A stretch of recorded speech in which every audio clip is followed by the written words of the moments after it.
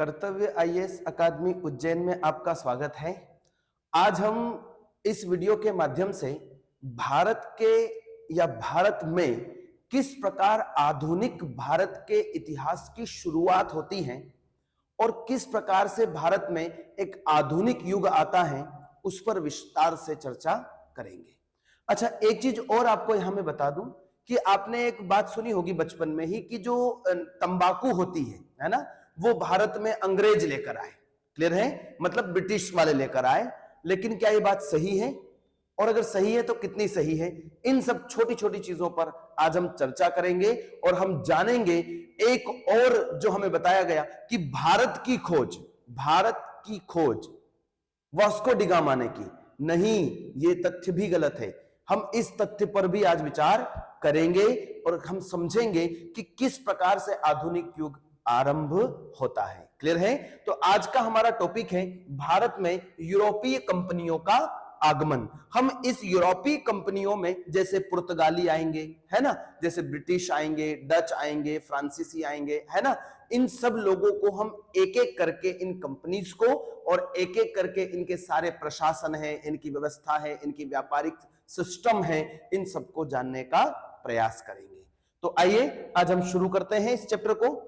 इस चैप्टर को शुरू करने से पहले कुछ बेसिक सी बातें हैं जो मैं आपको समझा देता हूं कि जो मॉडर्न हिस्ट्री है ना, जिस मॉडर्न हिस्ट्री को हमने एक टाइम पीरियड में डिवाइड करने की कोशिश की है और वो टाइम पीरियड हमने क्या लिया, 1757 से लेकर 1947 तक का। इसी समय को हम क्या मानते हैं, मॉडर्न हिस्ट्री। लेकिन आपको एक छोटी सी बात यहां से क्या समझनी है कि इतिहास में कभी भी अचानक परिवर्तन नहीं होता है। जैसे इस स्लाइड को देखकर अगर हम बात करें कि दिसंबर 1756 को, है ना, 31 दिसंबर मान लेते हैं, 31 दिसंबर 1756 को मध्यकाल चल रहा था और जैसे ही 1 जनवरी 1757 आया मॉडर्न हिस्ट्री आ गई या मॉडर्न युग आ गया। नहीं, ऐसा कभी नहीं होता है। इतिहास का जो परिवर्तन होता है या किसी भी चीज का परिवर्तन होता है, यहां पर प्रकृति की, है ना, उसका क्षणिक या क्रमिक परिवर्तन होता है। तो आइए हम थोड़ा सा एक ओवरव्यू देखते हैं कि हमने भारतीय जो इतिहास है हमारा, मेरे बच्चों, उसको हमने क्या किया है, 3 भागों में डिवाइड कर लिया है। एक नाम दे दिया है प्राचीन भारत का इतिहास, है ना, एक दे दिया है मध्यकालीन भारत का इतिहास और एक को हमने नाम दे दिया है मॉडर्न यानी आधुनिक भारत का इतिहास। तो प्राचीन इतिहास जो है वो हम उधर, है ना, प्रागैतिहासिक काल, ऐतिहासिक काल, है ना, उसके बाद में पाषाण काल, पुरा पाषाण काल, नवपाषाण काल, ये सारे पढ़ते हुए आते हैं। और मूल रूप से जब भारत का इतिहास हम शुरू करते हैं तो वो कहां से शुरू कर देते हैं, सिंधु घाटी सभ्यता से। क्लियर है? और सिंधु घाटी सभ्यता से यानी लगभग 2500 ईसा पूर्व से हम आरंभ करके मेरे बच्चों प्राचीन इतिहास को शुरू करते हैं, भारत के प्राचीन इतिहास को। उसके बाद हम देखते हैं कि अध्ययन की दृष्टि से मध्यकालीन इतिहास को हमने कुछ अलग प्रकार से डिवाइड कर दिया है। जैसे आपको पता होगा भारत पर यूनानियों का आक्रमण हुआ, भारत पर अरबों का आक्रमण हुआ, भारत पर तुर्कों का आक्रमण हुआ, उसके बाद में फिर यूरोपियन कंपनियों का आगमन हुआ। तो हम क्या करते हैं, अध्ययन की दृष्टि से, ध्यान रखिएगा, अध्ययन की दृष्टि से इसको डिवाइड करके जब देखें तो मध्यकालीन युग का आरंभ हम अरबों के आक्रमण के साथ देखते हैं। किसके आक्रमण के साथ? अरबों के आक्रमण के साथ। आपको पता होगा कि 712 ईस्वी में हमारे भारत पर, है ना, मोहम्मद बिन कासिम का आक्रमण हुआ और वहीं से हम ऐतिहासिक पृष्ठभूमि में कुछ इस प्रकार से देखने का प्रयास करते हैं कि मध्यकाल का जो इतिहास है उसको यहां से शुरू करते हैं और यहां से शुरू करके हम प्लासी के युद्ध यानी 1757 तक ले जाने का प्रयास करते हैं। लेकिन मैं आपको फिर बता रहा हूं कि ऐसा नहीं कि 1757 के तुरंत बाद या 56 के तुरंत बाद मॉडर्न हिस्ट्री आ गई, ऐसा कभी नहीं हुआ। तो हम आगे और इसको समझते हैं। कुछ इतिहासकार 1707 ईस्वी को मॉडर्न हिस्ट्री का प्रारंभिक काल मानते हैं, है ना। प्रारंभ कब हुआ? 1707। 1707 में क्या हुआ, एक मुगल बादशाह है औरंगजेब, है ना, औरंगजेब की क्या होती है, मृत्यु होती है अहमदनगर में, और उसकी मृत्यु के बाद का जो काल हुआ है उसमें जो परिवर्तन देखे गए हैं उनको हम मॉडर्न हिस्ट्री के रूप में देख सकते हैं। लेकिन आपको क्या समझना है कि जैसे जैसे चीजों में परिवर्तन आएगा वैसे वैसे मॉडर्न युग आरंभ होगा। क्लियर है? एक एक चीज को ध्यान से समझेंगे आपको बेहतर समझ में आएगा। चलिए, हम बात कर रहे हैं भारत में यूरोपीय कंपनियों के आगमन की। तो यूरोपीय कंपनियों के आगमन में हम सबसे पहले किन फैक्टरों पर चर्चा करेंगे, तो हम देखेंगे कि भारत में और विश्व में, पहले हम बात करेंगे विश्व की, फिर हम बात करेंगे भारत की। तो भारत और विश्व दोनों की बात अगर हम करें तो वैश्विक स्तर पर जो आधुनिक युग है वो कैसे आया, कब आया, और भारत में आधुनिक युग कब आया। एक बात और आप यहां से समझिए कि भारत और वैश्विक स्तर की जब हम बात करें तो यूरोप की बात अगर हम करें तो यूरोप में हमसे कई साल पहले आधुनिक युग की शुरुआत हो चुकी थी, जबकि भारत में जो आधुनिक युग है वो लगभग पुर्तगालियों के आगमन के साथ शुरू हुआ है, क्योंकि वहां के जो लोग हैं उन्होंने अपने कल्चर को, अपनी सोसाइटीज को पहले मॉडर्नाइज कर लिया, और उनके मॉडर्नाइजेशन के बाद में फिर जब वो धीरे धीरे इंडिया में आए, भारत में आए, तो यहां आकर उन लोगों ने जो जो परिवर्तन कल्चरल सिस्टम के साथ किए, एजुकेशन सिस्टम के साथ किए, सोसाइटीज के साथ किए, तो उन परिवर्तनों को हम एक तरह से बदलाव के रूप में देखते हैं, और उसी बदलाव को हम कहते हैं आधुनिक भारत का युग। तो हम इसमें क्या क्या देखेंगे, है ना, सबसे पहले हम देखेंगे जैसे भौगोलिक खोजों का युग है ना, पुर्तगाली और इनसे संबंधित जो विभिन्न तर्क, विभिन्न पक्ष, विभिन्न संबंधित मुद्दे हैं उन पर हम इस स्लाइड्स में या इस चैप्टर में आज चर्चा करेंगे। उसके बाद डच है और डच से संबंधित विभिन्न पक्षों के बारे में भी हम चर्चा यहां पर करेंगे। तो आपको एक ओवरव्यू ये समझ में आ गया कि आज हम किन मुद्दों पर बात करेंगे। देखिए, कभी कभी विषयांतर का मुद्दा आएगा तो मैं उसको आपको साथ साथ में क्लियर करता चलूंगा, ठीक है। चलिए, तो हम बात कर रहे हैं एडवेंट ऑफ यूरोपियंस कंपनीज। तो यूरोपियंस कंपनीज में अगर आपसे क्रम के बारे में जैसे मैं बात करूं तो यूरोपियंस कंपनी में जैसे सबसे पहले कौन आए हैं, पुर्तगीज आए हैं, पुर्तगाली आए हैं, ठीक है। उसके बाद कौन आएंगे, ब्रिटिश आएंगे, उसके बाद डचेज आएंगे, उसके बाद डेनिश आएंगे, उसके बाद फ्रांसीसी आएंगे। क्लियर है? मतलब ये जो क्रम है ये चलता रहेगा, और इसी पूरे क्रम के इतिहास को हम मॉडर्न हिस्ट्री के रूप में जो है देखने की कोशिश करेंगे। क्लियर है? चलिए, अब हम आते हैं हमारे मेन चैप्टर के उस पॉइंट्स पर जहां से हम आज स्टार्ट करने वाले हैं, ठीक। चलिए, सबसे पहले आपको जो स्लाइड पर, जो आपको बोर्ड पर नक्शा दिखाई दे रहा है, यह है रोमन साम्राज्य का, रोमन साम्राज्य। ध्यान से देखेंगे तो एक एक चीज आपको समझ में आती जाएगी, है ना, और आपको हर चीज क्लियर होगी। क्लियर है? यहां पर हम बात कर रहे हैं रोमन साम्राज्य की, रोमन साम्राज्य, ठीक। ये जो रोमन साम्राज्य है ये लगभग दो भागों में विभक्त है, दो भागों में विभक्त है। जैसे ये वाला जो हिस्सा आपको दिखाई दे रहा है, ये वाला जो हिस्सा है इसको हम कहते हैं पश्चिमी रोमन साम्राज्य, पश्चिमी रोमन साम्राज्य। जबकि ये वाला जो हिस्सा है इसे हम कहते हैं पूर्वी रोमन साम्राज्य। क्लियर है? तो रोमन साम्राज्य बेसिकली दो भागों में विभक्त है, और इस पूरे रोमन साम्राज्य में हम दो राजधानियों के साथ चर्चा कर रहे हैं। पश्चिमी रोम आपको दिखाई दे रहा होगा, पश्चिमी रोमन साम्राज्य, इसकी राजधानी बेसिकली रोम है, रोम, जो कि पश्चिमी रोमन साम्राज्य की राजधानी है। जबकि आपको यह दिखाई दे रहा होगा ये पूर्वी रोमन साम्राज्य है, और पूर्वी रोमन साम्राज्य की जो राजधानी है वो आपको यहां पर दिखाई दे रही होगी कुंस्तुनतुनिया, उसका नाम है कुंस्तुनतुनिया।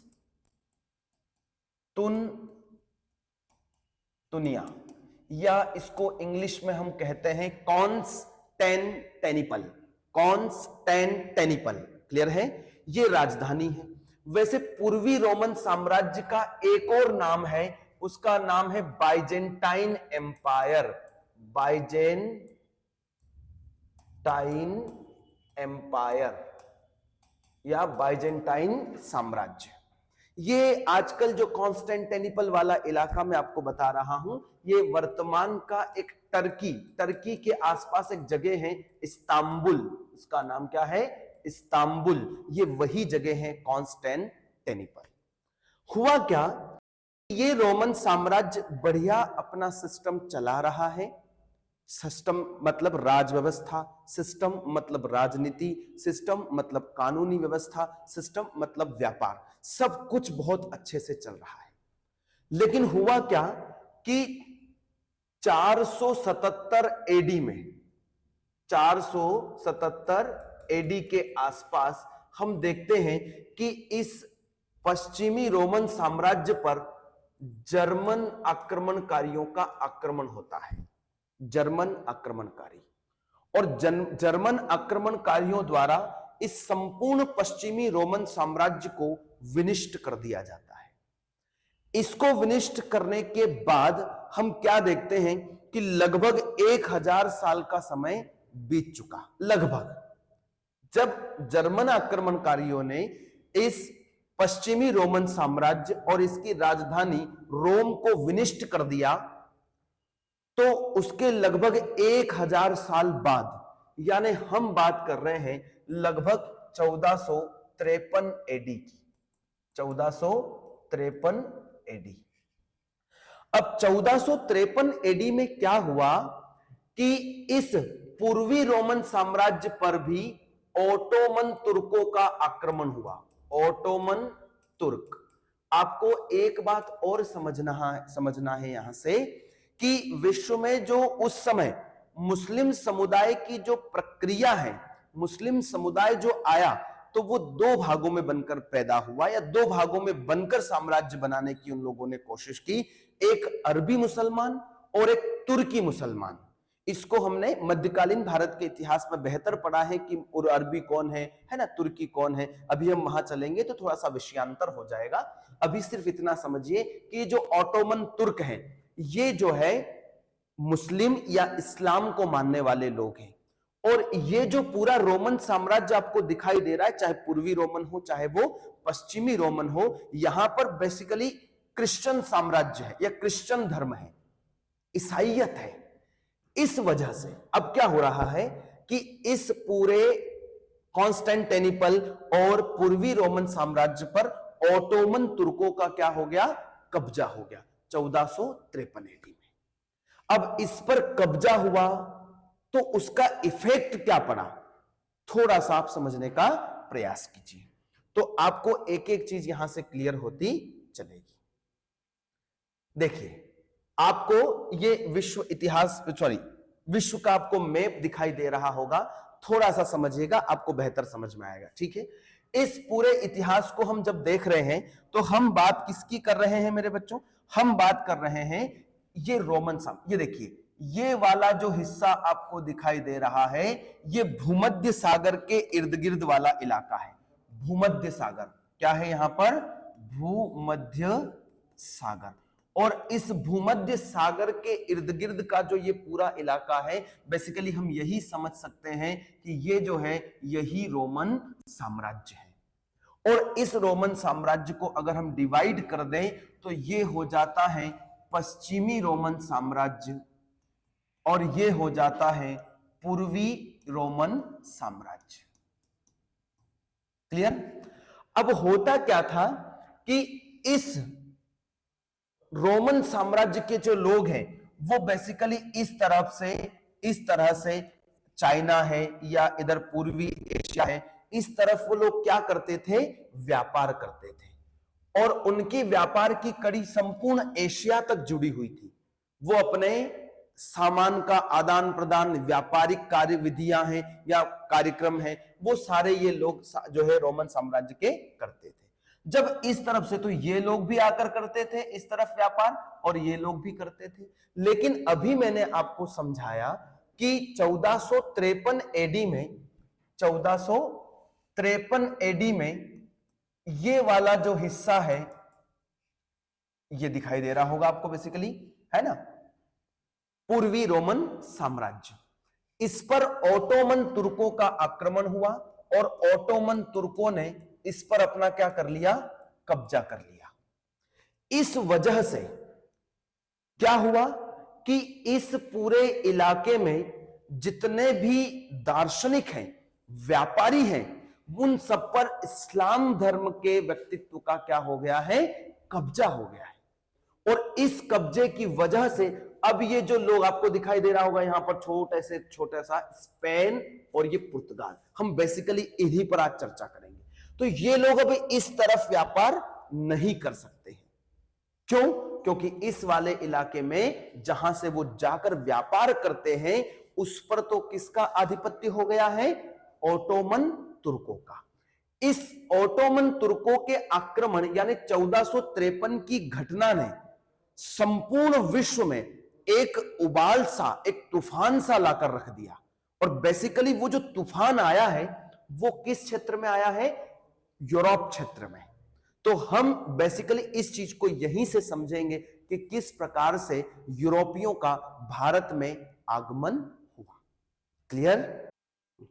तो ओटोमन तुर्कों ने जब इस पूरे सेक्टर पर अपना कब्जा जमा लिया तो मैंने आपको समझाया कि इससे पहले ये जो लोग हैं, पूर्वी रोमन साम्राज्य के हैं चाहे पश्चिमी रोमन साम्राज्य के हैं, ये इस प्रकार ऐसे पूर्वी एशियाई देशों में क्या करते थे, व्यापार करते थे। तो अब इनके व्यापार का जो मार्ग है वो पूरी तरह से क्या हो गया है, बाधित हो गया है। क्लियर? अब जब बाधित हुआ तो सिंपल सी एक बात है यहां पर कि अगर कुछ मार्ग बाधित होंगे तो नए मार्गों की क्या की जाएगी, खोज की जाएगी। आप जीवन के भी इस मूल मंत्र को समझिए कि अगर मुसीबत आए, संघर्ष करना पड़े, मेहनत करनी पड़े या कोई रास्ते बाधित हो जाए तो आपको क्या देखना है कि एक रास्ता अगर बंद होता है तो व्यक्ति का दिमाग खुलता है और वो 1000 रास्तों की खोज में लग जाता है। अर्थात कभी आपके साथ ऐसा हो कि बुरा समय आ गया है, बुरा संघर्ष चल रहा है, बहुत मेहनत करनी पड़ रही है, फल नहीं मिल रहा है, तो मान के चलिए कि एक रास्ता अगर बंद होता है तो 1000 रास्ते खुलने की संभावनाएं बन जाती है। मैं आपको यह बताना चाहता हूं कि अगर ये 1453 ओटोमन तुर्कों के द्वारा इस वाले इलाके पर आक्रमण नहीं होता, कब्जा नहीं होता, तो क्या ये पुर्तगीज और स्पेनिश नए रास्तों की खोज कर पाते? बिल्कुल नहीं करते। क्यों? क्योंकि जब तक कंफर्ट जोन चल रहा था तो चल रहा है। आपकी पढ़ाई को लेकर भी यही मुद्दा है कि अगर आप कंफर्ट जोन में हैं, बढ़िया एसी चल रही है या पंखे चल रहे हैं, लाइट व्यवस्था सब कुछ है, बढ़िया खाना पीना सब टेबल पे आ रहा है आपके, सब कुछ, तो एक बात को थोड़ा सा मान लीजिए कि कंफर्ट जोन से जब तक आप बाहर नहीं निकलेंगे तब तक आप मेहनत नहीं कर सकते। कंफर्ट जोन में जब हम रहते हैं ना, लगता बढ़िया शानदार, बढ़िया मजे आ रहे हैं, लेकिन जब तक आपको संघर्षों की बेड़ियां, संघर्षों की सीढ़ियां नहीं चढ़ना पड़ेगी, नहीं जकड़ेगी, तब तक हम अच्छे और बेहतर भविष्य की कामना नहीं कर सकते या संभवतः नहीं कर सकते। तो यहां पर हम बात कर रहे हैं कि 1453 में इस पर पूरा कब्जा हो गया। अच्छा, ये जो 1453 की घटना है, इस 1453 की घटना ने पूरे विश्व में खलबली मचा दी और इतने सारे प्रभाव हमारे सामने आए कि हम एक एक चीजों को देखेंगे तो हमें क्या समझ में आएगा कि इसी ओटोमन तुर्कों के इस प्रभाव के कारण अमेरिका की खोज हो गई, इसी के कारण प्रशांत महासागर जो है का नामकरण हो गया, इसी के कारण जो है यहां पर उत्तर मानसा अंतरिम द्वीप की क्या हो गई, खोज हो गई, इसी की वजह से इंडिया में के लिए समुद्री रास्ते की खोज हो गई और इसी के कारण भारत पर इन यूरोप वासियों का क्या हो गया, कब्जा हो गया। अब एक चीज और हल्का सा आप समझने का प्रयास करिए कि ये जो पूर्वी एशिया वाला इलाका है ना, ये पूर्वी एशिया वाला जो इलाका है, इस पूरे पूर्वी एशिया वाले इलाके पर कभी किसका आधिपत्य रहा? अरबी व्यापारियों का। किसका रहा है? अरबी व्यापारियों का। क्लियर? दूसरा, अगर हम ये वाला बात कर रहे हैं भूमध्य सागर वाले इलाके की, तो इस इलाके में तो रोमन साम्राज्य है, फिर भी यहां पर इतालवी लोगों का जो है क्या रहा है? आधिपत्य रहा है व्यापारिक मामले को लेकर। क्लियर है? चलिए और आगे हम समझने का प्रयास करते हैं कि जो ये 1453 की घटना है, इस 1453 की घटना के क्या क्या प्रभाव हमें देखने को मिलते हैं। आइए थोड़ा सा समझने का प्रयास करते हैं। अब हम जब इस 1453 की घटना को विस्तार से देखने का प्रयास करते हैं तो हमें क्या समझ में आता है? सबसे पहले हम परिणाम देखने की कोशिश करते हैं। क्लियर है? तो 1453 की घटना यानी ऑटोमन तुर्कों के इस आक्रमण के कारण मुख्य रूप से सबसे पहले का जो प्रभाव देखने को मिला वो ये मिला कि नए नए व्यापारिक मार्गों की क्या होने लगी? खोज होने लगी। यानी हम ये लिख सकते हैं कि भौगोलिक खोजों का क्या आरंभ हो गया? युग आरंभ हो गया।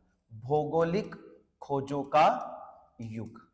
और इन भौगोलिक खोजों के युग की बात अगर हम करें तो चूंकि व्यापारिक मार्ग बाधित हुआ है, इसलिए मूलतः व्यापार के लिए ही मार्ग खोजे जा रहे हैं। दूसरा परिणाम हम क्या निकालते हैं कि जो शासक वर्ग है, कौन सा वर्ग है? शासक वर्ग। इस शासक वर्ग ने बहुत सी ऐसी साहित्यिक या दार्शनिक चीजों को लेकर इंप्लीमेंट किए, उन चीजों को प्रोत्साहित किया कि अब नए नए, और इन दोनों शासकों में भी विशेष करके हम बात कर रहे हैं पुर्तगाल की, और दूसरा हम बात कर रहे हैं किसकी मेरे बच्चों? स्पेन की। ये दोनों देशों में बहुत ज्यादा इस तरह की चीजें विकसित हुई। तीसरा अगर हम बात करें तो एक नई सिस्टम और तैयार हो गया मेरे बच्चों, वो है धार्मिक सुधार। वो क्या है? धार्मिक सुधार। मतलब इस 1453 की घटना ने तीन मूल या मेन चीजों को इफेक्टेड किया।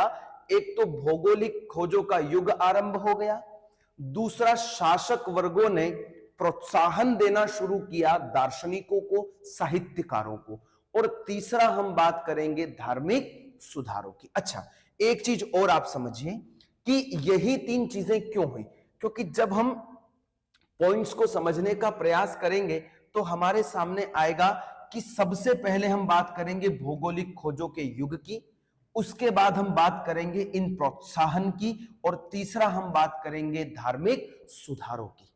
अच्छा, धार्मिक सुधार क्या?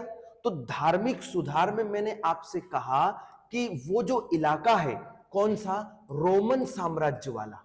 रोमन साम्राज्य वाला।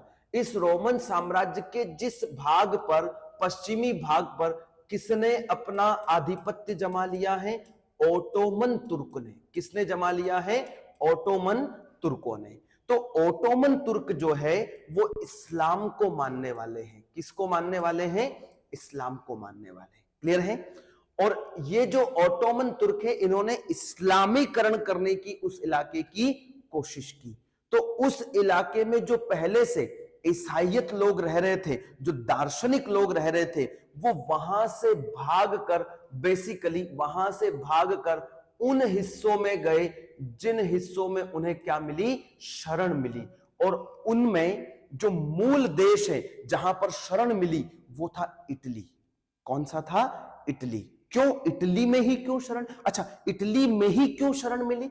तो इटली में शरण मिलने का मूल कारण यह है कि इटली उस समय भूमध्य सागर के बिल्कुल बीचों बीच स्थित है, और चूंकि भूमध्य सागर पहले से ही समृद्ध इलाका है, और समृद्ध इलाका है तो समृद्ध वहां के शासक हैं। अच्छा, समृद्ध शासक यानी राजा महाराजा, कुछ इस टाइप के जो लोग होते हैं, जो शासक वर्ग के लोग होते हैं, वो इस प्रकार के कुछ दार्शनिकों को, है ना, दार्शनिकों को, कुछ इतिहासकारों को, कुछ साहित्यकों को, या कुछ इस प्रकार के लोगों को क्या देते हैं, शरण देते हैं। जैसे हम प्राचीन भारत में बात करें तो भाट चारण होते थे, है ना। जैसे आप चले जाइए कहां पर, विक्रमादित्य के शासनकाल में चले जाइए, चंद्रगुप्त द्वितीय के शासनकाल में चले जाइए। चंद्रगुप्त द्वितीय के शासनकाल में तो 9 रत्न थे उनके दरबार में, क्षपणक हैं, वरुचि हैं, है ना, वरामिहिर हैं, कालिदास हैं। ऐसे महान जो इतिहासकार, महान कवि, जो महान साहित्य, अलग अलग विषयों में विशेषज्ञता रखने वाले लोग किसके दरबार में थे, चंद्रगुप्त द्वितीय के दरबार में। वैसे ही आप अकबर का शासनकाल देख लीजिए, अकबर के शासनकाल में भी क्या रहेगा आगे चलकर कि 9 रत्न रहेंगे। यानी कुछ समृद्ध टाइप के लोग होते हैं, वो अपने दरबारों में इस प्रकार से लोगों को रखते हैं। तो हम बात कर रहे हैं कि इटली में जब ये सब दार्शनिक वगैरह पहुंचे, तो चूंकि वो वाला इलाका तो सुरक्षित था, वहां ईसाइयत था, तो ये जो लोग हैं, अब इन लोगों में एक नई भावना पैदा हुई। उस नई भावना को हम धार्मिक सुधार के अंतर्गत पुनर्जागरण कहते हैं। पुनर्जागरण, पुनर्जागरण का जो वास्तविक अर्थ होता है वो है फिर से जागना। मतलब अभी तक हम जिन रूढ़िवादी चीजों में फंसे हुए थे, उन परंपरावादी चीजों को थोड़ा सा मॉडिफाई कर देना, ये पुनर्जागरण कहलाता है।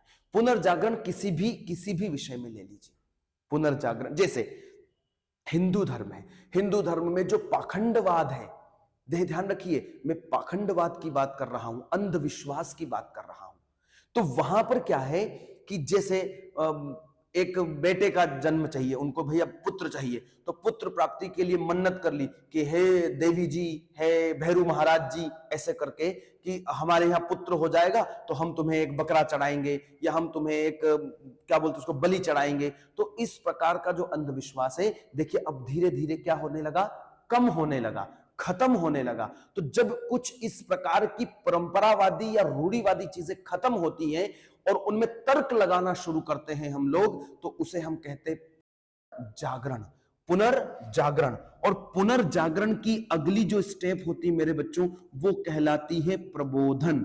वो क्या कहलाती है, प्रबोधन। अच्छा, प्रबोधन का मतलब होता है पुनर्जागरण से थोड़ा सा ऊपर उठ जाना, मतलब तर्क करने की शक्ति को पैदा करना या तर्क करने लग जाना। क्लियर है। फॉर एग्जाम्पल मैं आपको एक बहुत छोटी सी चीज बताता हूं। जैसे हम आज तक ये देखते आ रहे हैं कि जब भी कोई पूजन पाठ वगैरह होता है तो हम वो जो हार फूल वगैरह होते हैं, जो भी खराब चीजें हो जाती है ना, वो सब नदी में फेंक देते हैं। अच्छा, नदी में क्यों फेंकना है?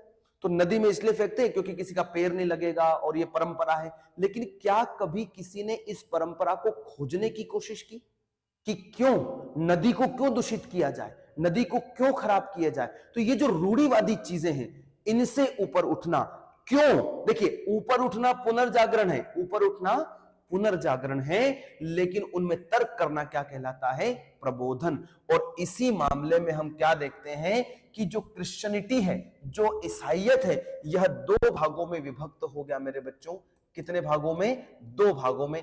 एक तो वो लोग, सुनिएगा ध्यान से, एक तो वो लोग, ये धार्मिक सुधार का मसला है, एक तो वो लोग जो परंपरावादी नीतियों को अपनाना चाह रहे थे या छोड़ना नहीं चाह रहे थे, वो कहलाए कैथोलिक। वो क्या कहलाए? कैथोलिक। क्लियर है। और जिन लोगों ने रूढ़िवादी चीजों के खिलाफ प्रोटेस्ट करना शुरू किया, विरोध करना शुरू किया, या उसमें सुधार की भावना लेकर आए, वो लोग कहलाए प्रोटेस्टियन। क्या कहलाए? प्रोटेस्टियन। तो इस प्रकार ईसाई धर्म कितने भागों में विभक्त हो गया? 2 भागों में। चलिए बेसिकली एक चीज और समझिए कि ईसाई धर्म अकेला नहीं, अगर आप बात करेंगे हिंदू धर्म की, तो हिंदू धर्म भी क्या है, 2 पंथों में विभक्त हुआ। एक शैव पूजा करने वाले शैव धर्मी, और एक कौन हो गए? वैष्णव धर्मी। एक कौन हो गए? वैष्णव धर्मी। ऐसे ही आप चले जाइए इस्लाम में, तो इस्लाम भी 2 भागों में विभक्त हो गया। कौन कौन से? शिया और सुन्नी। क्लियर है। उसी प्रकार से आप एक और धर्म को ले लीजिए, बौद्ध धर्म को ले लीजिए, है ना। बौद्ध भी 2 भागों में विभक्त हो गया क्या? हाँ बिल्कुल हो गया। कौन कौन से? महायान और हीनयान। क्लियर। इसी प्रकार से आप चले जाइए जैनिज्म में। जैन धर्म भी दो भागों में विभक्त हो गया क्या? हाँ बिल्कुल हो गया। कौन से दो भाग? दिगंबर और श्वेतांबर। तो सिंपल सी बात है कि जब जब, ध्यान रखिएगा, जब जब परंपरावादी, रूढ़िवादी या उनमें फैली हुई खराबी को दूर करने का समय आएगा, तब तब प्रबोधन होगा, तब तब पुनर्जागरण होगा। क्लियर है? या प्रबोधन होगा। तो यहां भी देखिए इस प्रकार से बौद्ध धर्म को देख लीजिए, हीनयान, महायान, इस्लाम को देख लीजिए, शिया और सुन्नी। तो उसी प्रकार से बेसिकली क्या हुआ कि यहां ईसाईयत भी दो भागों में विभक्त हो गई, कैथोलिक और प्रोटेस्टियन। और इनमें भी स्पेशल जो प्रोटेस्टियन में जो व्यक्ति हैं मूल रूप से, वो है धार्मिक सुधारों के लिए जो यूरोप में जाने जाते हैं, उनका नाम है मार्टिन लूथर। क्या नाम है मेरे बच्चों? Martin Luther.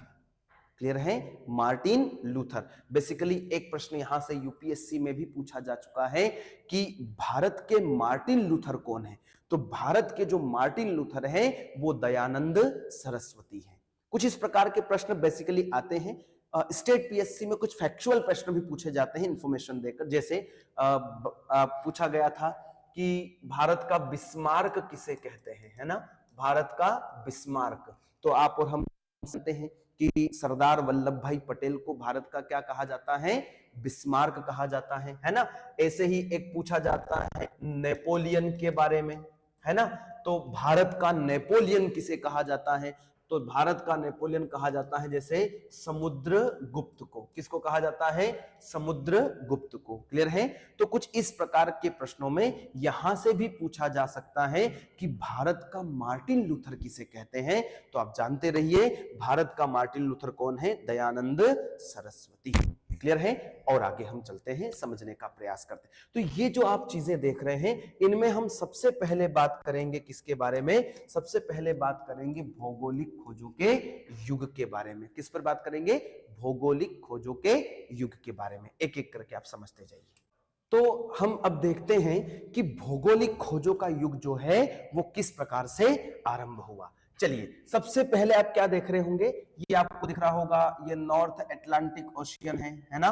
उसके बाद ये साउथ अटलांटिक ओशियन है। यहां पर आप देख रहे होंगे साउथ पैसिफिक ओशियन है। मतलब ये जो है ये उत्तरी अटलांटिक महासागर, ये दक्षिणी अटलांटिक महासागर, ये दक्षिणी प्रशांत महासागर, है ना? ये यहाँ पर इंडियन ओशियन दिखाई दे रहा होगा। मैं इन सब चीजों को इसलिए आपको दिखा रहा हूं कि हम किस तरफ से कहां चलने की कोशिश करेंगे। अच्छा, ओटोमन तुर्कों ने क्या कर लिया? कब्जा कर लिया। इस वजह से अब नए नए खोजों का क्या आरंभ होगा?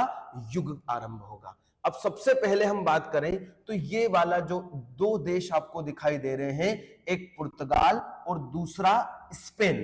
पुर्तगाल और स्पेन, इन दोनों देशों ने ही सबसे ज्यादा और सबसे पहले पहल की नए व्यापारिक मार्गों के खोज की। और इसमें हम समझते हैं, अब पुर्तगाल की चर्चा से पहले करते हैं। तो पुर्तगाल में एक राजकुमार है, उनका नाम है हेनरी। क्या नाम है उनका? हेनरी। इनका बेसिकली एक टाइटल है, टाइटल मतलब एक पदवी है, हेनरी द नेविगेटर।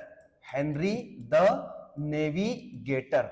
नेविगेटर मतलब आप छोटे से शब्दों में देखें तो नाविक मान लीजिए, ठीक है? तो ये जो नाविक या नेविगेटर हैं, इस व्यक्ति ने क्या किया?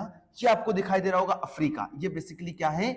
अफ्रीका। ठीक, तो नए मार्गों की खोज के लिए ये व्यक्ति यहां से निकलता है और ये इस प्रकार ये जो अफ्रीकी तट आपको दिखाई दे रहे होंगे, इन अफ्रीकी तटों की वो कई यात्राएं करता है।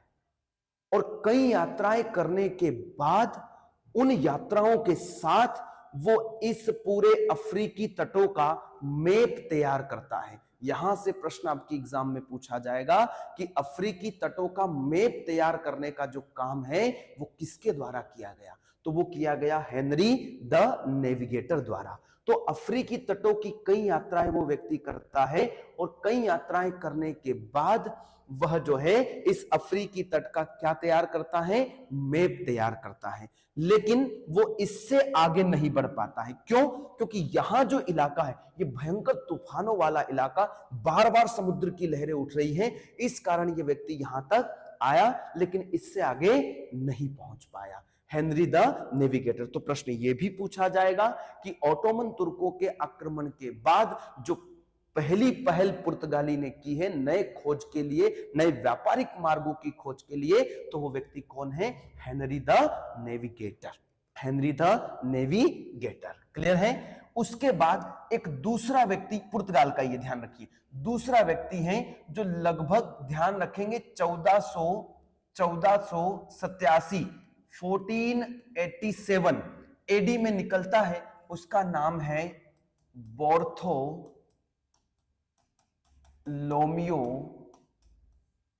डियाज। क्या नाम है उसका? Bartolomeu Diaz. ये व्यक्ति इस हेनरी द नेविगेटर के द्वारा बनाए गए इस अफ्रीकी तटों के मैप को फॉलो करता हुआ धीरे धीरे ये अफ्रीका के इस दक्षिणतम बिंदु तक पहुंचता है।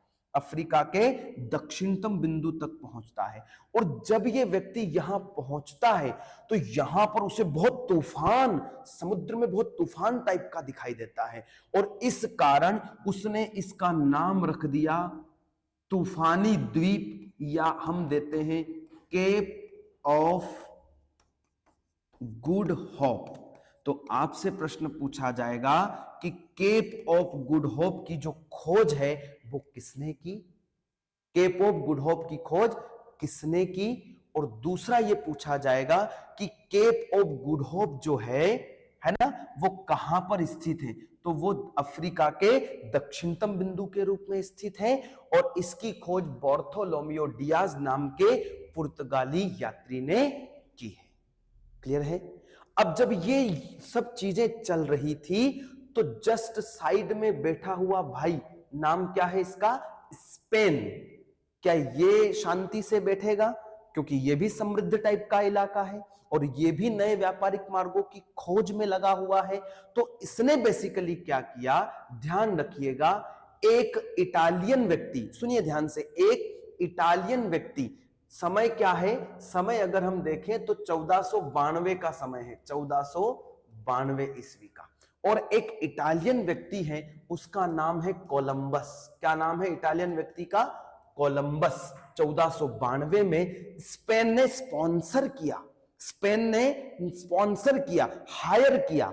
आप सुनिए ध्यान से कि जो कोलंबस है वो स्पेन का निवासी नहीं है, पर स्पेन के शासक वर्ग ने उसको क्या किया? स्पॉन्सर किया है, हायर किया है, और उसको स्पॉन्सर करके काम दिया कि देखो, पड़ोस का पुर्तगाली समुद्री रास्तों की खोज में लिप्त है, तो क्यों ना तुम इंडिया की खोज करो, या फिर दक्षिण पूर्वी एशिया के लिए नए मार्गों की खोज करो। इसलिए कोलंबस 1492 में स्पेन से निकलता है, और ऐसे घूमते घूमते, आप देख पा रहे होंगे शायद, मैं आपको थोड़ा सा कलर चेंज करके बताने का प्रयास करता हूं, ये आप देख रहे होंगे, वो ऐसे नॉर्थ अटलांटिक में होते हुए ये कोलंबस, रास्ता देखिए इधर जाना था, लेकिन वो पहुंच किधर गया? इस तरफ। और वो किसकी खोज कर बैठा मेरे बच्चों? अमेरिका की खोज कर बैठा। तो अमेरिका की खोज 1492 में कोलंबस के द्वारा की गई। किसके द्वारा की गई? कोलंबस के द्वारा। कब की गई? 1492 में। किसने हायर किया था? स्पेन ने।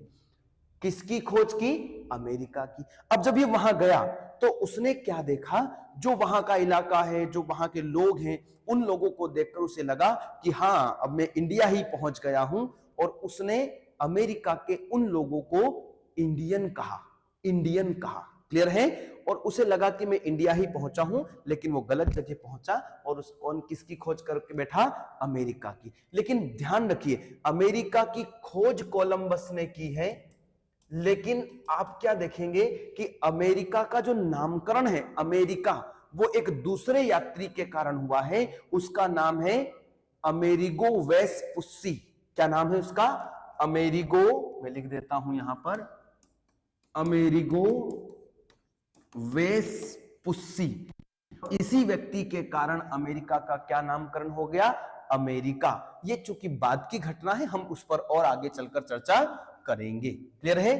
तो हमने क्या देखा कि 1492 में इस तरफ अमेरिका की खोज हो गई। एक और व्यक्ति है ना, पुर्तगालियों में हम और देख रहे हैं। अब देखिए, स्पेन का व्यक्ति अमेरिका खोज निकाल चुका है, तो इधर पुर्तगाल अभी शांति से थोड़ी बैठा है। पुर्तगाल से 1498 में, बेसिकली आप देख पा रहे होंगे, मैं यहां लिख देता हूं, 1498 में एक पुर्तगाली यात्री फिर यहां से निकलता है, एक पुर्तगाली यात्री फिर यहां से निकलता है, और वो ऐसे ऐसे ऐसे देखिए, ऐसे पूरे अफ्रीकी तटों के इस मैप को फॉलो करता हुआ उत्तर मानसा द्वीप पर पहुंचता है, और यहां से अब वो आगे बढ़ते हुए ऐसे जंजीबार वगैरह होते हुए वो केरल के कालीकट तट पर पहुंचता है। बेसिकली आप समझ गए होंगे कि मैं किसकी बात कर रहा हूं। मैं उस पुर्तगाली यात्री की बात कर रहा हूं जो सबसे पहले भारत पहुंचा, या पहला यूरोपीय यात्री भारत पहुंचा। उसका नाम है वास्को डी गामा। क्या नाम है? Vasco D gamma. क्लियर है? ये पुर्तगाल का पहला यात्री है जो कहां तक पहुंचा है? भारत तक। और भारत के कौन से द्वीप पर?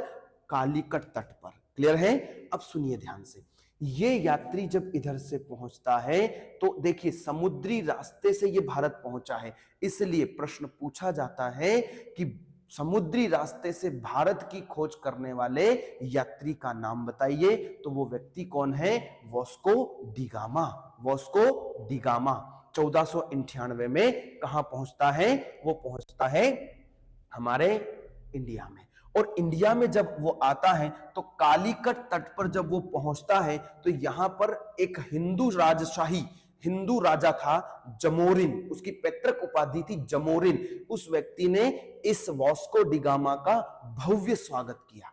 भव्य मतलब आप समझिए बड़ा अच्छे तरीके से। लेकिन एक बात और सुनिए कि पहले से ही इस अरब सागर में कुछ अरबी व्यापारी थे। कौन से व्यापारी? अरबी व्यापारी। और कुछ तुर्की व्यापारी थे। कुछ कैसे व्यापारी थे? तुर्की व्यापारी। इन दोनों व्यापारियों ने या दोनों व्यापारिक समूहों ने इस वास्को डी गामा का विरोध भी किया था। अब ध्यान रखिएगा, प्रश्न पूछा जाता है कि जब पुर्तगाली भारत नहीं पहुंचते थे व्यापार करने से पहले, कौन लोग इस व्यापारिक एरिया पर अपना नियंत्रण किए हुए थे? तो वो अरबी और कौन से व्यापारी हैं? तुर्की। आगे जाकर मैं इनसे पंगा आपको बताऊंगा, युद्ध में आपको बताऊंगा कि पुर्तगालियों का इन लोगों के साथ। और यहाँ गुजरात वाला जो इलाका है, यहाँ पर महमूद बेगड़ा करके जो व्यक्ति हैं, है ना, उन सब चीजों पर हम विस्तार से चर्चा आगे चलकर करेंगे। तो आपको आ गई ये बात कि पहले कौन निकला? पहले हेनरी द नेविगेटर निकला, फिर बार्थोलोमियो डियाज निकला, फिर इटली के व्यक्ति यानी जिसका नाम है कोलंबस, वो व्यक्ति निकला लेकिन अमेरिका पहुंच गया। फिर अब देखिए पुर्तगालियों की बात करें तो Henry the navigator, Bartolomeu Diaz, और तीसरा व्यक्ति आपने क्या देखा? Vasco D gamma. इस प्रकार 3 पुर्तगाली यात्री भौगोलिक खोज में जा चुके। अच्छा, ये 3 लोग नहीं है, एक और चौथा है। चौथे व्यक्ति का नाम है मैगलेन। क्या नाम है उसका? मैगलेन। ये भी पुर्तगाली यात्री है। मैगलेन भी पुर्तगाली यात्री है। अब ये व्यक्ति यहां से निकला, मैगलेन निकला इंडिया की खोज के लिए, लेकिन ये ऐसे ऐसे ऐसे आप देख पा रहे होंगे शायद, ऐसे ऐसे ऐसे ऐसे घूमते हुए ये यहां उत्तरी दक्षिण अमेरिका के इस भाग में पहुंचा, और यहां से फिर इस प्रकार जो है वो ऐसे समुद्र में रास्ता भटक के ऐसे निकल गया। और जब वो यहां पहुंचा तो उसने देखा, मैगलेन की बात कर रहा हूं मैं, देखिएगा मैगलेन जब वो यहां पहुंचा तो उसने देखा कि जो समुद्र में उसको दिखाई दे रहा है वो बड़ा ही शांत है, पैसिफिक है। इसलिए उसने इसका नाम क्या दे दिया? पैसिफिक ओशियन, यानी प्रशांत महासागर। तो आपसे पूछा जा सकता है कि प्रशांत महासागर सबसे पहले किसने देखा? तो वो देखा था किस व्यक्ति ने? मैगलेन ने। इसी कारण ये वाला जो इलाका है यहां पर है ना, एक मैगलेन स्ट्रेट बना हुआ है, मैगलेन स्ट्रेट। क्लियर है? इस पर हम आगे चलकर ज्योग्राफी वाले चैप्टर में या ज्योग्राफी वाली टीचर आपसे ज्यादा बेहतर बात करेंगे। अच्छा, एक प्रश्न और कि समुद्री रास्ते से पूरी पृथ्वी का चक्कर लगाने वाला पहला व्यक्ति भी मैगेलन है। पहला व्यक्ति भी कौन है? मैगेलन है। क्लियर है? तो इस प्रकार हम क्या देख रहे हैं कि यहां वास्को डी गामा पहुंच चुका है। कहां पर? भारत। और जब ये वास्को डी गामा भारत पहुंचा तो कालीकट तट पर जब उसका भव्य स्वागत हुआ, उसका जो साथ देने वाला व्यक्ति है उसका नाम है अब्दुल मजीज या मजीद, ऐसी कुछ उसका जो है टाइटल है। अब्दुल मजीज नाम के पथ प्रदर्शक की मदद से वास्को डी गामा कहां पहुंचा? भारत पहुंचा। अब भारत जब वो पहुंच गया है तो इस भारत वाले इलाके में वो दक्षिण भारत में पहुंचा है। कहां पहुंचा है? दक्षिण भारत में। और अगर मैं आपसे बात करूं दक्षिण भारत के इलाके की, है ना, थोड़ा सा समझने का प्रयास करिएगा, है ना। दक्षिण भारत की बात अगर हम कर रहे हैं तो ये जो इलाका है ये आपका है केरल वाला इलाका, है ना, ये आपका कर्नाटक वाला इलाका, ये तमिलनाडु वाला इलाका। तो ये जो इलाके आपको दिखाई दे रहे हैं यहां पर सबसे ज्यादा होती है मसालों की खेती। किसकी होती है? मसालों की खेती। क्लियर? और मसालों में इलायची, लौंग, है ना, इस काली मिर्च, इस टाइप का। तो ये जो व्यक्ति, आप देखिए, अब थोड़ा सा समझिएगा, ये नाम क्या है? Vasco D gamma. और वास्को डी गामा यहां गुजराती एक पथ प्रदर्शक हैं अब्दुल मजीज। क्या नाम है इसका? अब्दुल मजीज। और इसकी सहायता से, ऐसे मैंने आपको बताया, अफ्रीकी तटों की यात्रा करके ये व्यक्ति ऐसे ऐसे करके ये केरल के कालीकट तट पर पहुंचता है। केरल के कालीकट तट पर पहुंचता है। क्लियर है? ये यहां पर कालीकट तट पर। और कालीकट तट पर मैंने आपको बताया कि जमोरिन ने इसका भव्य स्वागत किया। यहां आकर उसने क्या किया? यहां से मसाले उठाए, काली मिर्च है, इलायची है, लौंग है, इस प्रकार के कुछ उसने यहां से क्या उठाए? मसाले उठाए। और जब यहां से मसाले लिए और मसालों को लेकर, आप देखिएगा, मसालों को लेकर ये ऐसे ऐसे घूमते हुए, ऐसे ऐसे घूमते हुए ये पूरी यात्रा करते हुए वापस कहां पहुंचा? पुर्तगाल। कहां पहुंचा? पुर्तगाल। और जब आया, जितना समय उसको आने में लगा और जितना समय उसे जाने में लगा, ये आने और जाने का पूरा खर्च काटने के बाद जो मसाला वो लेकर हो गया, उस मसाले पर उसे 60 गुना फायदा हुआ। 7 गुना, 60 टाइम्स उसको क्या मिला? प्रॉफिट मिला। और जब इतना ज्यादा उसको क्या मिला? प्रॉफिट मिला। तो आपको पता होगा कि पुर्तगाल में इस बात से खलबली तो मचना तय थी। और इस प्रकार से पुर्तगाल में क्या मची? एक खलबली मची। उस खलबली की वजह से अब पुर्तगाली और यूरोपीय यात्रियों का आना प्रारंभ होता है। हम देख रहे हैं कि 1498 में, हम देख रहे हैं कि 1498 में वास्को डी गामा आता है। Vasco D gamma. क्लियर है? और उसके बाद 1500 ईस्वी में, ध्यान रखिएगा, 1500 ईस्वी में दूसरा पुर्तगाली व्यापारी भारत पहुंचता है। उसका नाम क्या है? पेड्रो अल्ब्रेज। पेड्रो अल्ब्रेज। ये प्रश्न आपको पूछा जा सकता है कि भारत आने वाले पुर्तगालियों में दूसरा पुर्तगाली यात्री कौन था? तो वो कौन है? पेड्रो अल्ब्रेज। और वो कब आया है? 1500 में। ये जो आके कहानी पुर्तगाल सुनाएगा, तो पुर्तगाल में फिर जो वहां पर कंपनी है पुर्तगीज ईस्ट इंडिया कंपनी, वो वहां पर स्थापित हुई। और हम क्या देख रहे हैं कि दूसरा यात्री पेड्रो अल्ब्रेज कहां आया? भारत आया। और अब तो क्या था? अब तो सिलसिला शुरू हुआ कि 1502 में वास्को डी गामा फिर आ गया। 1502 में वास्को डी गामा फिर आया। और 1503 से हम देखते हैं कि फ्रांसिस्को डी अल्मीडा भारत में पुर्तगाली गवर्नर बनकर आया। आप ध्यान रखिएगा कि पुर्तगाली जब आए हैं तो इन्होंने यहां आकर कोचिन को अपना मुख्यालय बनाया है। कोचिन को अपना क्या बनाया है? मुख्यालय, व्यापारिक केंद्र। यहां मुख्यालय से क्या समझेंगे? व्यापारिक केंद्र। किसको बनाया? किसको बनाया? कोचिन को। क्लियर है। आगे जाकर हम बात करेंगे कि 1510 में है ना वो यूसुफ आदिल शाही से गोवा हड़प लेते हैं, है ना ये पुर्तगाली, और 1530 में वो गोवा को अपनी क्या बनाते हैं, राजधानी बनाते हैं। वो आगे हम इसको विस्तार से समझने का प्रयास करेंगे। यहां तक की बात आपको समझ में आई तो आप बेहतर समझने का प्रयास और करेंगे। ठीक है, अब चलिए हम चलते हैं अपने फैक्टर्स पर। तो यहां से क्या हुआ, एक एक करके आते गए और अब इस क्षेत्र पर क्या होने लगा है, कब्जा। तो हम यहां पर थोड़ा सा 1 मिनट के लिए देखेंगे कि कौन व्यक्ति कहां का, मैंने आपको वैसे बता दिया है पर फिर भी, जैसे यहां लिखा है Cape of Good Hope. Cape of Good Hope की खोज किसने की, तो 1487 में बार्थोलोमियो डियाज ने की, और ये कहां का यात्री है, पुर्तगाल का यात्री है। क्लियर है। सन 1 ज्यादा याद रखने की कोशिश मत करिए, आप बस समझने का प्रयास करिए। उसके बाद अमेरिका, मैंने अभी आपको बताया कि अमेरिका की खोज 1492 में क्रिस्टोफर कोलंबस ने की। क्रिस्टोफर कोलंबस इटालियन है, लेकिन उसको स्पॉन्सर किसने किया है, स्पेन ने किया है। क्लियर है, स्पेन की तरफ से काम कर रहा है, लेकिन है वो इटालियन। आगे हम और चलते हैं तो हम देखते हैं, है ना ये वहां लिखा कि route of India via Cape of Good Hope. Cape of Good Hope के रास्ते से या रास्ते से होकर भारत की खोज किसने की, वास्को डिगामा ने। किसने की है, वास्को डिगामा ने। क्लियर है। और वास्को डिगामा कैसा यात्री है, पुर्तगीज है। क्लियर है। आगे चलकर हम देखेंगे ये ब्राजील की खोज जो है ना 1500 ईस्वी में हुई, ये पेड्रो अल्ब्रेज कैब्रल ने की। वही पेड्रो अल्ब्रेज जिसकी अभी हम बात कर रहे थे। पेड्रो अल्ब्रेज ध्यान रखिए 1502 में भारत पहुंचा, लेकिन उससे पहले सॉरी 1500 में भारत पहुंचा, उससे पहले वो ब्राजील होते हुए आया था। हम आगे इस पर चर्चा करेंगे। क्लियर है। देखिए यहां पर मैंने आपको बताया था अभी स्ट्रेट ऑफ मैगलेन, तो स्ट्रेट ऑफ मैगलेन की खोज 1520 में होती है, और ये कैसा यात्री है, पुर्तगीज, और इसको भी हायर किया है, किसने किया है, स्पेन ने। क्लियर है। उसके बाद और भी बहुत सारी चीजें हैं वैसे इसमें, लेकिन अभी जो आपके काम की चीज है वो मैंने आपको यहां पर समझाने का प्रयास किया है। क्लियर है।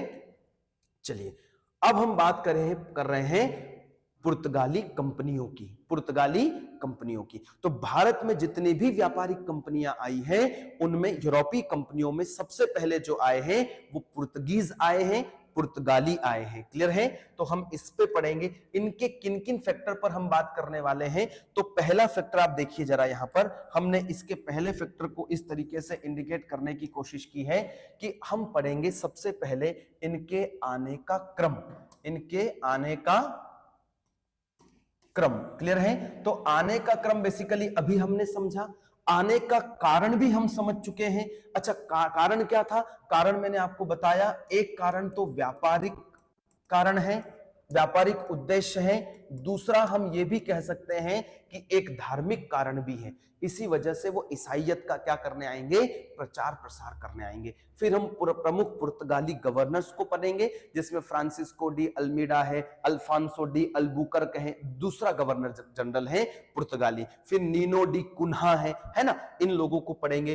पुर्तगालियों के भारतीयों के साथ क्या क्या पंगे हुए हैं, जैसे चिन्नाप्पा का पंगा है ना, महमूद बेगड़ा से पंगा है ना, चोल का युद्ध है, दीव का युद्ध है, उन सब युद्धों पर हम चर्चा करेंगे। फिर मुंबई की कहानी को हम समझने का प्रयास करेंगे कि मुंबई की कहानी क्या थी, मुंबई किसका था। उसके बाद पुर्तगालियों का योगदान देखेंगे और पुर्तगालियों के पतन के कारणों पर भी हम चर्चा विस्तार से करेंगे।